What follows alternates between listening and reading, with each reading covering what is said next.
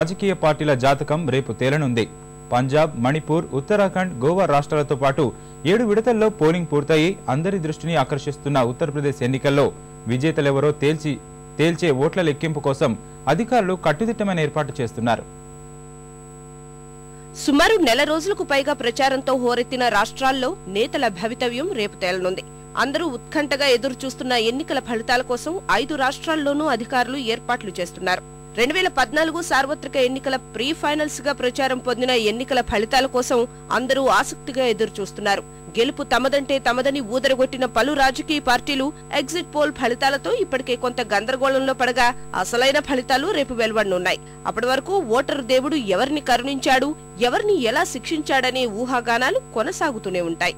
5 రాష్ట్రాల్లోని మొత్తం 690 శాసనసభ నియోజకవర్గాలకు ఎన్నికల సంఘం విడతల వారీగా ఎన్నికలు పూర్తి చేసింది. చెదురుమదురు ఘటనలు మినహా పటిష్ట భద్రత మధ్య ఎన్నికలు నిర్వహించింది.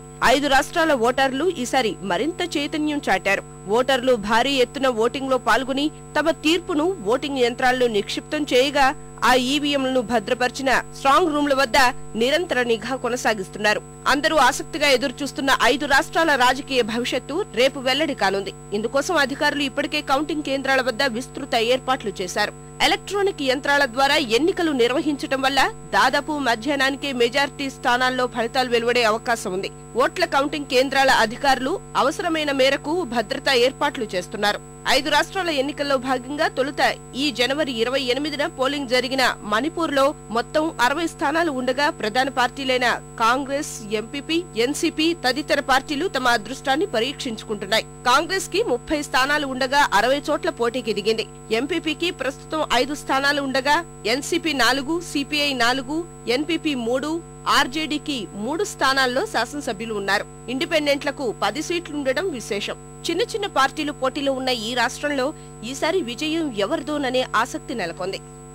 జనవరి 30న పంజాబ్ లోని 117 స్థానాలకు ఎన్నికలు జరిగాయి. రాష్ట్రంలో ప్రధానంగా శిరోమణి అకాలీదళ్, భాజపా కూటమి, కాంగ్రెస్లు అధికారం కోసం తలపడుతున్నాయి. అధికార కూటమిలోని శిరోమణి అకాలీదళ్ కు గతంలో 50 సీట్లుండగా ప్రస్తుతం 94 సీట్లలో పోటీ చేసింది. భాజపాకు 19 సీట్లుండగా ఇప్పుడు 23 చోట్ల బరిలోకి దిగింది. ప్రధాన ప్రతిపక్షానికి 42 స్థానాలు ఉండగా ప్రస్తుతం 117 చోట్ల పోటీ చేసింది. ప్రస్తుతం ఇండిపెండెంట్లకు 6 సీట్లున్నాయి. జనవరి 30న ఉత్తరాఖండ్ లోని 70 స్థానాలకు ఎన్నికలు పూర్తికాగా నేతల భవితవ్యం ఈవీఎంలలో దాగి ఉంది. రాష్ట్రంలో ప్రధానంగా అధికార భాజపా, కాంగ్రెస్ల మధ్య పోటీ ఉంది. ప్రస్తుతం భాజపాకు 36 స్థానాలు ఉండగా 20 సీట్లకు పోటీ చేసింది. కాంగ్రెస్ కు 20 స్థానాలు ఉండగా 70 స్థానాల్లో, బీఎస్పీకి 8 సీట్లుండగా 70 స్థానాల్లో పోటీ చేసింది. ఉత్తరాఖండ్ క్రాంతి అకాలీదళ్ 3 సీట్లుండగా ప్రస్తుతం 52 చోట్ల అదృష్టం పరీక్షించుకుంటోంది. ఫిబ్రవరి 3న గోవాలోని 40 స్థానాలకు ఎన్నికలు పూర్తయ్యాయి. రాష్ట్రంలో అత్యధికంగా 81 సీట్లు నమోదు కావడం విశేషం. తొలిసారి ఓటింగ్ ని కంప్యూటరీకరించి ఓటర్ల వేలిముద్రల్ని సైతం తీసుకున్న గోవాలో ప్రస్తుతం అధికారంలో ఉన్న కాంగ్రెస్ కి 16 స్థానాలుండగా బీజేపీకి 14, ఎన్సీపీకి 3, ఎంజీపీకి 2, ఎస్టీఎఫ్ కి 2, యూపీ డీజీపీకి 2, స్వతంత్రులకు 2 సీట్లుండగా భాజపా, కాంగ్రెస్ హోరాహోరీగా పోటీ పడుతున్నాయి. రికార్డు స్థాయిలో జనవరి 8 నుంచి ఫిబ్రవరి 3 వరకు 7 విడతల్లో జరిగిన ఉత్తరప్రదేశ్ ఎన్నికలపై ప్రధానంగా అన్ని పార్టీల దృష్టి కేంద్రీకృతమైంది. దేశ రాజకీయాలను ప్రభావితం చేయగల ఈ రాష్ట్ర ఫలితాలపై అందరికీ ఆసక్తి ఉంది. రాష్ట్రంలో బీఎస్పీ, ఎస్పీ, కాంగ్రెస్, భాజపాలు ప్రధాన పార్టీలు కాగా పలు ఇతర పార్టీలు రంగంలో ఉన్నాయి. రాష్ట్రంలో మొత్తం 403 స్థానాలున్నాయి. అధికార బీఎస్పీకి ప్రస్తుతం 206 స్థానాలుండగా ఈ ఎన్నికల్లో మొత్తం 403 స్థానాలకు పోటీ చేసింది. ఎస్పీకి 97 స్థానాలు ఉండగా ప్రస్తుతం 402 చోట్ల పోటీ చేసింది. ఆర్ఎల్డీతో పొత్తు పెట్టుకున్న కాంగ్రెస్ కి 22 సీట్లుండగా ఇప్పుడు 357 చోట్ల పోటీ చేసింది. ఆర్ఎల్డీకి కేవలం 10 సీట్లుండగా 46 చోట్ల పోటీ చేసింది.